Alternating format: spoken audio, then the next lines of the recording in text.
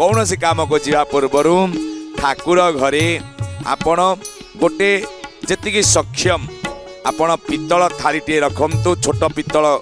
कराट कहती पितल थाली रखु जार जी सक्षम थी रूपार थाली आप रखिपारे सुनार थाली रखिपारे जार जी सक्षम तेरे जो थालीटा रखिए ताको ठीक उत्तर पटू रखिए ठाकुर घरे उत्तर पटक रखिए कौन सी काम जीवा बेलू तादे किसी अजुग्म संख्यार मुद्रा आप रखिपारे 1 टंका 3 टंका 5 टंका 7 टंका ये अजुग्म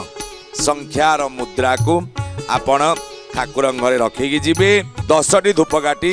बाहर आपण जालिकी पलि जातु एवं महाप्रभु पाखे प्रणाम करी कहतु मो सत् कार्य जाऊँगी मो कार्य आपण साहा हुंतु देखिए आपणकर जेते विघ्न थाऊ जेते रिष्ट थाऊ